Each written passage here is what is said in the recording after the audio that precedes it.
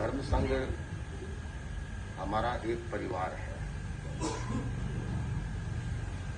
और जब एक परिवार होता है और उसके सदस्य जब आपस में मिलते हैं तो कितनी प्रसन्नता का अनुभव होता है। प्राचीन समय में विवाह या अन्य सामाजिक प्रसंग होते, कहां के परिवार के सदस्य आकर के मिलते थे और सामान्यतः उस समय एक हॉल मिल जाता, बिछाया और बैठ गए। सोना कम, बातें ज्यादा। कोई 2 बजे 3 बजे तक, आज की संस्कृति बदल गई है, सीधे आते चाबी मांगते हैं। पर पुराने जमाने में सब साथ रहते, साथ रह करते। वह जगह कैसी है कैसी नहीं है कोई मतलब नहीं है। आज कितना अच्छा योग कि आप जिधर पधार रहे हैं उधर से हम आ रहे हैं। वो एक यहाँ पर इस मध्य पड़ाव में यहाँ पर मिलन हुआ। आपके भीतर में खुशी कि हमें सोचते या भाई को भी हमें मिले हैं और हमारे मन में प्रसन्नता है कि हमारे साथ आके पहली बार ऐसे देखे हुए और पहचान होने के बाद पहली बार आपके दर्शनों का सौभाग्य मिला है। तो यहाँ मेरे लिए तो लेने का है, देने का तो कुछ है नहीं। तो बड़े देते हैं, छोटे छोटे देते हैं, छोटे तो लेने वाले होते हैं। तो वैसे भी आप उम्र से बड़े, दीक्षा पर्याय में बड़े, अनुभव से समृद्ध और धर्म संघ में एक अच्छी छवि रखने वाली साध्वी हैं। आपका प्रवचन पोषण भी गजब का है। जहां पधारते हैं वहां धर्म संघ की अतिशय प्रभावना होती है। श्रद्धेय मंत्री मुनिषी फरमाते थे, सामान्यतः एक बात कही जाती है कि संतों का प्रभाव थोड़ा सा एक अलग माना जाता है। कैसे पुरुष प्रधान समाज कहते हैं, कैसे जगह माना जाता है। कुछ साध्वियां अच्छा काम करने वाली होती है तो उनके बारे में क्या भी यह संतों से कम नहीं है, मतलब उनका संतों से भी अच्छी है। उन सिंगाड़ों का, कुछ सिंगाड़ों का उल्लेख अगर किया जाए, उनमें कहा जा सकता है साध्वी श्री हनुमासी जी महाराज का कम नहीं है, संतों से बराबर नहीं, संतों से भी कम नहीं है, ऊपर है। इतना ये जहां पधारते हैं वहां इतना प्रभावशीलता इनकी रहती है। आप श्री को अनेक बार देखा है, अनेक बार आपका प्रवचन भी गुरुदेव के वहां सुना है। और 2011 में जब उपकुलपति पद से रिटायर होने के बाद साध्वी मंगल प्रज्ञा जी की दीक्षा हुई, उस समय आप सब वहीं के वहीं पर भी प्रवचन सुना। तो मैं उस समय से जब से सुना है तब से मेरे मन में एक प्रभाव है कि भी प्रवचन शैली कैसी होनी चाहिए। ऐसे अलग अलग लोगों की मैंने सुनी है, कईयों की सुनी है, पर आपकी भी प्रवचन शैली एक प्रवाहपूर्ण है और सबको आकर्षित और खींचने वाली है। तो मैं मानता हूँ कि अगर किसी से गुण लेना हो तो किसी से कुछ न कुछ लिया जा सकता है। अगर लेने की बुद्धि हो, ग्राहक बुद्धि हो, तो हर जगह से कुछ न कुछ दिया जा सकता है। तो आपसे भी बहुत कुछ दिया जा सकता है। जहाँ पढ़ाते हैं वहाँ लोगों को कैसे प्रभावित करना, कैसे धर्म संघ की सेवा में नियोजित करना, कैसे कार्य में नियोजित करना, इसमें आप पारंगत है।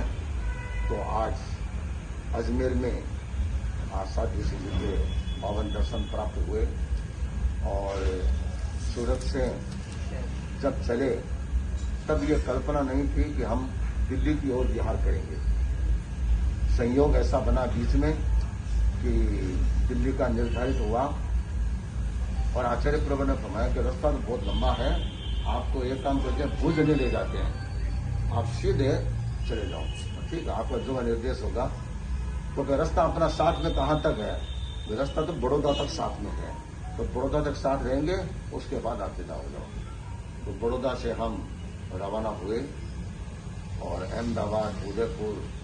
तो फिर कल्पना करी कभी अपन ऐसा रास्ता लें जल्दी पहुंच जाएं और जहां क्षेत्र कम हो तो फटाफट गुजर जाएंगे। फिर मन में आया कि नहीं, एक क्षेत्र रास्ता वह ले जहां पर अपने गांव आते हैं, अपने क्षेत्र आते हैं, तो कम से कम क्षेत्र के लोगों से मिलना होता है और होता है। तो फिर हमने उदयपुर नाथक द्वारा ये रूट दिया। उसके बाद सिरियारी का भी नहीं था, तो फिर सोचा आचार्य भिक्षु का 300 का प्रसंग आ रहा है, बाद में पता नहीं इधर आना होगा नहीं होगा, कैसे होगा। तो इनके 5 महत्वपूर्ण तीर्थ क्षेत्र मानते हैं। तो पांचों में मैं यात्रा करके और इधर से राजनगर, केलवा, सिरियारी, कंटारिया, पांचों क्षेत्र मैंने किए। ऐसे तो भिक्षु स्वामी अपने गट में बसे हुए हैं, फिर भी उनके क्षेत्र में जाकर के और उनका स्मरण करते हैं तो उसका एक अलग ही रूप बनता है। तो करके हम इधर आए तो किन किन से मिलना होगा ये कोई क्लियरिटी नहीं थी। कुछ का तो पता था, कुछ का अंदाज नहीं था, किंतु आपसे मिलन हो जाएगा या आपके दर्शन हो जाएंगे ये कल्पना नहीं थी। जो आपने जयपुर से बिहार किया और पता चला कि पाली वाला रूट है, तब तो साधु श्री के दर्शन निश्चित जहां कहीं भी अवसर होगा वहां दर्शन हो जाएंगे। तो आज साधु श्री के दर्शन हुए और आचार्य प्रवर ने यही फरमाया कि जो भी साधु साध्वियां मिले उनको हमारी ओर से सुखसाता पूछना। तो हम आचार्य प्रवर की ओर से सभी साथियों को सुखसाता पूछते हैं और साध्वी प्रमुखा विशुद्ध प्रभा जी ने भी यथा योग्य वंदना और सुखसाता भी निवेदित की है। तो आज ये मिलन का प्रसंग बना। अब दिल्ली भिजवाया है, कई बार तो जीरो से काम करना पड़ता है, किंतु साध्वी श्री जी 2 साल बाद विराजमान रही है तो हाईवे तो तैयार है। छोटे मोटे वो फटे हुए थे वे भी बराबर रिपेयरिंग है।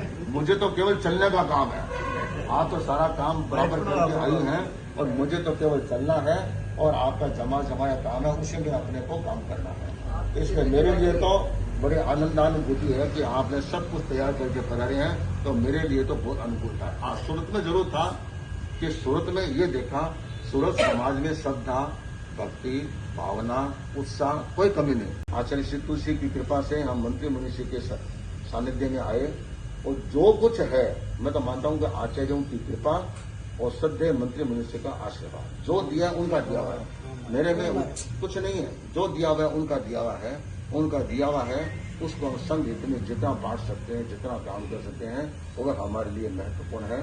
तो आचार्यवर ने जिस विश्वास के साथ हमें दिल्ली भेजा है, हम उस विश्वास पर खरे उतरें और संघ की प्रभावना करते रहें।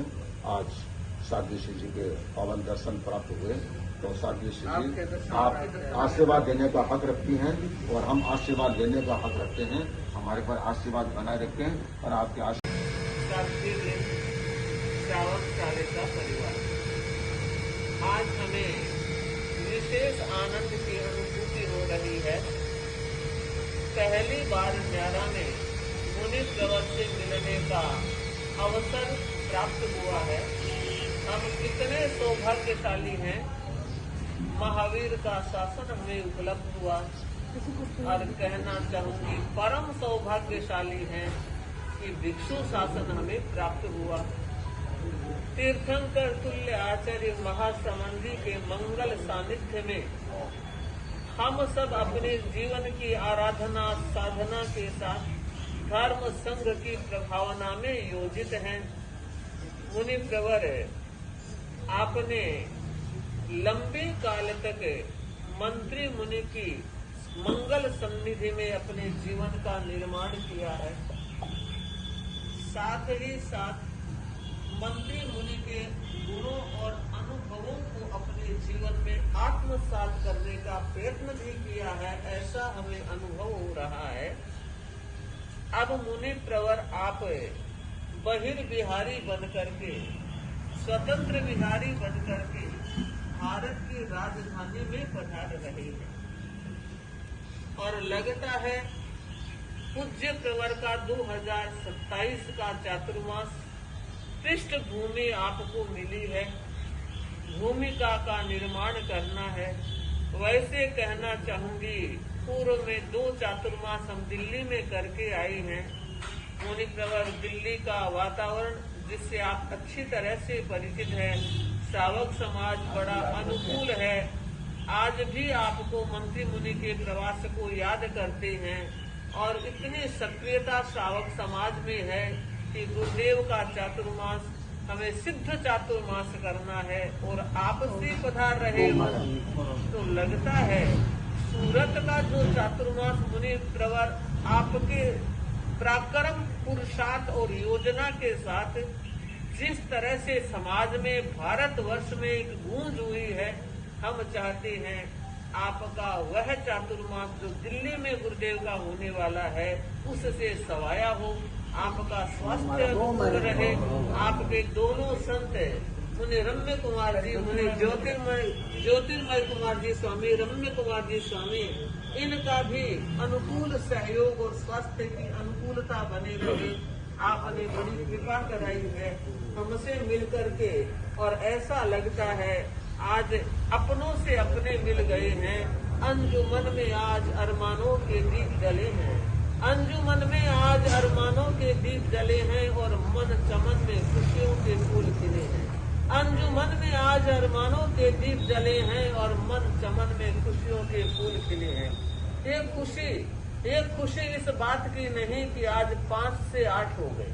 ये खुशी इस बात की नहीं कि अभी हम 5 से 8 हो गए, वरन मगर खुशी इस बात की है आज अपनों से अपने मिले हैं, आज अपनों से अपने मिले हैं। तो मुनि प्रवर है, संसार पक्ष में भी आप हमारे नातीले लगते हैं, और नानी दोहिती का ये मिलन होगा। दोहिता महाराज है, ये बात है, दोहिते महाराज से मिलन पहली बार हो रहा है, बड़ी प्रसन्नता है। और आप संघ में जो काम कर रहे हैं, जो नाम कमा रहे हैं, श्रावक समाज को जिस तरह से एक सूत्र में बांधने का प्रयत्न आपका सफल हुआ, को ब्याह किया था, तब से पूरा नातीला सेठिया परिवार और मालू परिवार निरंतर रास्ते में मार्ग के पथ की सेवा करते हैं। प्रकाश, प्रदीप, अरिहंत, मोहित आज तो 4 बजे उठकर आए हैं। शांतिलाल पुलकित है, सेवा की थी उसने। तो ये गुरुदेव की कृपा है।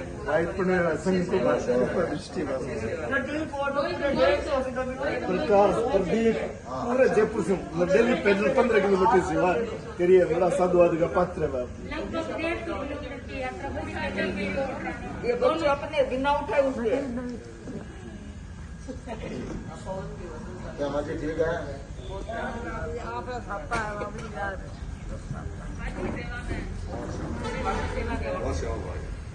ऐसा तो मन करता है सामने था पड़े।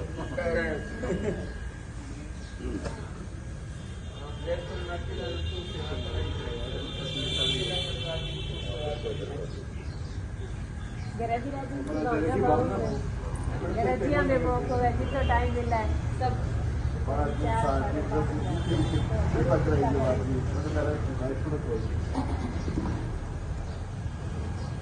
आदरणीय वंदनीय